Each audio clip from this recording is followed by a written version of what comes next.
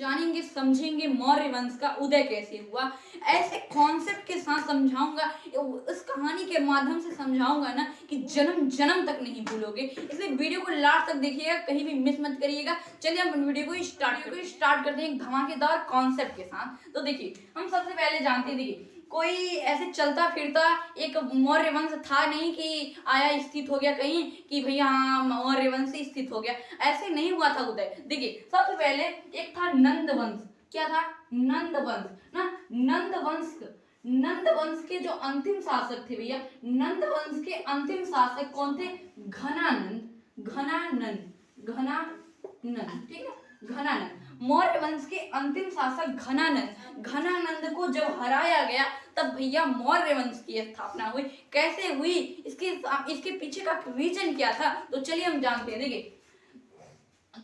देखिए इन्हीं के दरबार में रहने वाले इन्हीं के दुश्मन बन गए। इन्हीं के दरबार में रहने वाले इन्हीं के दुश्मन बन गए। देखिए एक इनके दरबार में रहा करते थे चाणक्य। नाम तो सुना होगा, चाणक्य है कि नहीं? नाम तो किसने नहीं सुना? चाणक्य। अब चाणक्य ने, देखिए नंद वंश के शासक घनानंद ने इनकी बेइज्जती की। किसकी बेइज्जती की? चाणक्य की। घनानंद ने जब चाणक्य की बेइज्जती की तो अब भाई घनानंद ने बेइज्जती करके अपने दरबार से खेद दिया। जब उन्हें खेद दिया गया तो भैया अपने प्रतिशोध की ज्वाला में जा रहे थे रास्ते से, तो कुछ उन्हें बच्चे मिले। वो बच्चे क्या खेलते? एक कीड़म खेल खेल रहे थे। ठीक है, एक खेल खेल रहे थे, समझिए नहीं, कीड़म का खेल खेल रहे थे।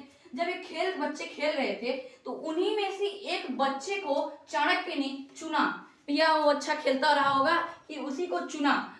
जब उसे चुना और ले गए उसे और शिक्षा विक्षा दी। और उसके बाद उसने जब वे चंद्रगुप्त, फिर उसका नाम क्या था? उसका नाम रखा गया चंद्रगुप्त मौर्य।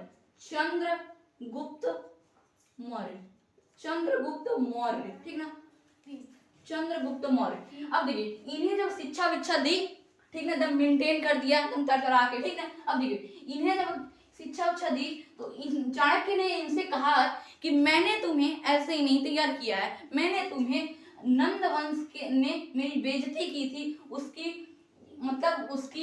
प्रतिशोध लेने के लिए मैंने तुम्हें शिक्षा दी है। ठीक ना, तो चंद्रगुप्त मौर्य कुछ दिन बीते, फिर उसके बाद ये भैया इन्हें जब घनानंद को हरा दिया, ठीक ना, लड़ाई वड़ाई की, हरा दिया। ठीक ना, जब ये हार गए तो जब ये नंद वंश खत्म हुआ तो वही चंद्रगुप्त मौर्य तब फिर वहां पे नंद वंश की जगह पे मौर्य वंश की स्थापना हुई। मौर्य वंश, ऐसे ही मौर्य वंश नहीं था कि खेलता हुआ फुटबॉल में बच्चा आया मौर्य वंश बन गया। ठीक ना, ऐसे ही नहीं, ये था इसके पीछे की कहानी। अब देखिए मौर्य वंश का फाउंडर कौन है, मतलब मौर्य वंश का संस्थापक कौन है? मौर्य वंश का संस्थापक कौन है?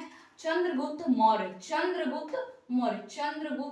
ठीक ना, चंद्रगुप्त मौर्य, ये थे मौर्य वंश के संस्थापक। ठीक ना, अब देखिए जब ये चंद्रगुप्त मौर्य यहाँ के भी राजा बनेंगे, हरा के आए हैं। ठीक ना, जब इन्होंने हरा दिया इन्हें तो राजा बन गए।